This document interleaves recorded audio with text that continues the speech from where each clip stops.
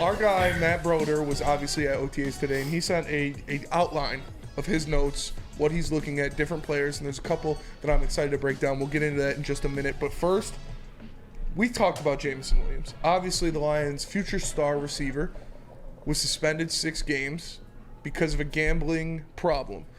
He was betting on college basketball games from his car in the parking lot and got suspended 6 games. Total horseshit. But Jameson Williams did meet with the media today. He didn't back down. He was there for 10 minutes, fielded all questions, and we got a little bit of the sound from that. They hit me out the blue, and it hit a couple other players around the league and on my team out the blue. I wasn't aware of this situation, but as it happened, like I said, I took it on the chin. I was ready to move forward as things moved on, and I got the consequences. So that's been my whole plan, moving forward from things. He went on to expand about different things, about how he feels bad. He just wants to be out there with his guys. He's looking forward to better days like today, where he's out there on the field with his teammates. But for me, obviously it sucks that he is gone for the first 6 games of the season. He's going to be imperative to this Detroit Lions offense and what they want to do, both taking the top off the defenses and doing different things, even in the running game, jet sweeps. We saw one of those last year, and it worked out pretty well. So it's good for at least it makes me feel better to see him kind of, I don't want to say owning up to it, because he owned up to it when it happened. Yeah. But he was out there saying, like, yeah, it's, it happened. I'm trying to put it in the past, move on to bigger and better things. I'm just trying to get better and be out there for my guys. So it's a good attitude I like to see out of Jameson Williams, and I can't wait to see him out there on the field. I like it because for me, and maybe some other people, and I'm sure that other people aren't going to take it that way, but like I don't want to say humanizes him, but it reminds me that this guy's goal at the end of the day is football. You know what I'm saying? Like Brad Holmes talking about the guys that draft. We're not talking about choir boys. We're not talking about guys that aren't Jalen Carrs, but we're talking about guys that bring FBI to the table. It's football intelligence and hunger. It's the same stuff I was talking about in the previous segment too. JMO brings that. And alongside that interview too, he said, I'm not a gambler. I'm a football player at the end of the day. And the fact that he chose to sit there for 10 straight minutes to be badgered by reporters who set you up to kind of say stupid things or just so they can get a headline out of it, to make some clickbaitable. 10 minutes straight, he sat there and he took it like a man, and he's facing accountability, or he's showing accountability for his actions. Now, he didn't know the rule. That's not an excuse. That's just how the situation perceived through his eyes. He wasn't familiar with it. He was confused by it. Reading the statement ourselves, following the suspension, found ourselves confused. It's like, wait, can you gamble or like not gamble at all? It was kind of confusing. And it comes down to you can gamble on everything but NFL football, and it can't be on NFL premises. Yeah. He made a basketball bet in the parking lot NFL facility. Like, it is what it is. I'm really looking forward to hopefully the Lions post that whole 10-minute one. I'm down to listen to it. I think he need to do this too, because beyond just the gambling stuff, like there's just so much we've talked about on the show before. There's just a lot of criticism of Jameson Williams and everything he does. On top of that too, though, he's in practice. And you talking about hype. Dan Campbell's stop these guys from buying the hype. But when Dan Campbell got to talking about Jameson Williams in practice today, you could tell a little hype behind it. You know what I'm saying? He's like, this guy he's just so explosive, and he put his foot in the ground and continue to make plays. Speaking of practice today, it's obviously he is going to be with the team until the regular season starts. So he's going to be there for OTAs. He's going to be there for training camp. He's going to be there for the preseason. But then when the season starts, he'll have to step away. And right now, he's just focused on making himself better. Iron sharpens iron. And our own Matt Broder, in his notes on Jameson Williams, he says he spent a lot of time going one-on-one with Cam Sutton. Sutton certainly held his own and won several of the one-on-one battles. However, there was a play about 20 to 25 yards down the field where J-Mo hit him with a double juke move on Sutton and spun around him. Sutton spun around him, left J-Mo wide open. The ball had already been thrown to another receiver near the sideline, but the move was special. His ability to plant and change directions with explosion is elite. Yes, and that's what Dan Campbell was talking about.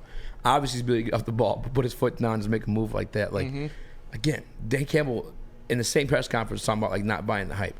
But they got to talk about Jameson Williams. Like, we got excited. Because not everybody can do that. I'm just like, that's just more shit. Like, I'm itching for the Lions season, and then there's going to be a secondary itch that I might need to buy some cream for, like to see Jameson Williams out there. is going to be a whole nother itch on top of that, like a burning sensation. I need to see Jameson Williams on the field for this Lions team, man. He is like, you joke about how when I said I'm electric, he is literally fucking electric. The man is lightning in a bottle, and I need to see him out there on the field making plays. I am so excited. I'm glad that he's, taking this one on the chin, pause, and just going about his business, trying to make himself better, and hopefully when week 7 comes, he has 10 catches for 225 yards and 2 tutties. Like, I just would, J-Mo unleashed, J-Mo unchained. I just want to see him out there going crazy. Yeah. I mean, that's what it's going to be. Now, I don't have any concerns. I would say the question is, can Goff get him the ball? But you're going to be able to see that throughout the training camp, throughout preseason. Like, we're still going to see that unit out there together. So, it's like Dan Campbell said, too. You just hope he maintains that chemistry, the playbook, and everything else within the first 6 weeks that he has to sit out of the series. Games. It does suck that he's not going to be in there. It does suck he's not going to be in there. Yeah. Well, what's a stat prediction for J-Mo this year? So in 11 games he's going to have? Yeah. I'll say 800 yards. Only 300 more than Sam Laporta? Yeah, Sam Laporta's going to play 17, so gives him a 6-game leap. I'll say in 11 games, 800 yards, 37 to 43 catches, 6 touchdowns. E-Fog in the More Sports Chat. I'm sick he can't play against KC. Me too, man. That's a piece you fucking love. We're going against Patrick Mahomes. Who are they playing? Take it for 6 anytime he wants 7. to. You definitely want another guy who could take it for 6 anytime he wants to, and Jameson Williams. But JB, stat prediction for Jameson Williams. I like Spencer's receptions, so anywhere from like 35 to 40. As far as yards, I'll boost it a little bit more. Give me like 850. Touchdowns, 12. I'm not gonna say 12. It really does suck that he's suspended for these many games because, like I said, the Lions would utilize him very well in all these games. So give me 8. I'll say 8. I'm gonna go 872. No. 941 yards. In 11 games. Only 400 more than Sam Laporta. 6 touchdowns. Catches. I'll keep it around like 41. And remember, he is going to be back week 7 when the Lions go to B more and take on the Ravens. Yeah. And we know that, the tweet he liked about Lamar. No, yeah. Is He's that trying to show off for the Bay. NFL did it on purpose? No, he's going to be trying to show off for his boy. Says what you could have been throwing to Lamar. No, but that is the date that is circled on my calendar is week 7 versus the Ravens because Jameson Williams will be back. And I'm excited for it, man. I'm really excited for it. Yeah, and the reason why I have no problem giving him, 800 to 900 yards is Amon St. Brown really wasn't featured in the offense his rookie year until week 9, and he still had 900 yards at the end of the year. How many catches did he have though? 50. I think it was like 90. Yeah, 90. 90 catches. Yeah. Jesus Christ. He's him. Yeah, I don't think J-Mo will get that many catches, but it'll be for a bigger volume. Yeah, that's what I'm saying. Like 42 catches or whatever. Because bro, every time this guy touched the ball, It went for 40 yards. Yeah, man. That's what I go for 900 yards. You know what I'm saying? Like, because he just might. Maybe I'll change all-purpose yards to 972. Bam. Yeah, I'm excited, man. I'm really excited to see what he can do. He is going to be a breath of fresh air to this offense.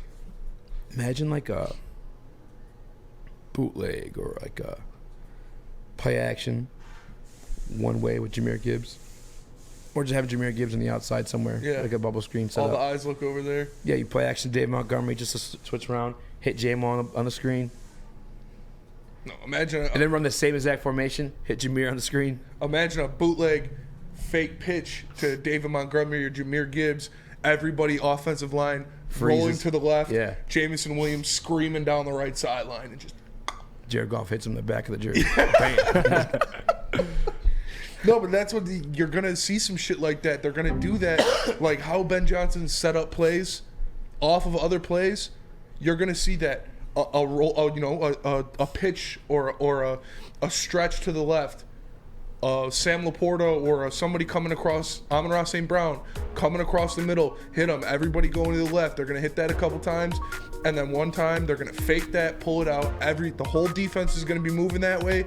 Jameson's going to be screaming down the other sideline, and they're going to throw it up to him. So it just unlocks a whole nother level of what they can do with this offense when you bring in a weapon like that.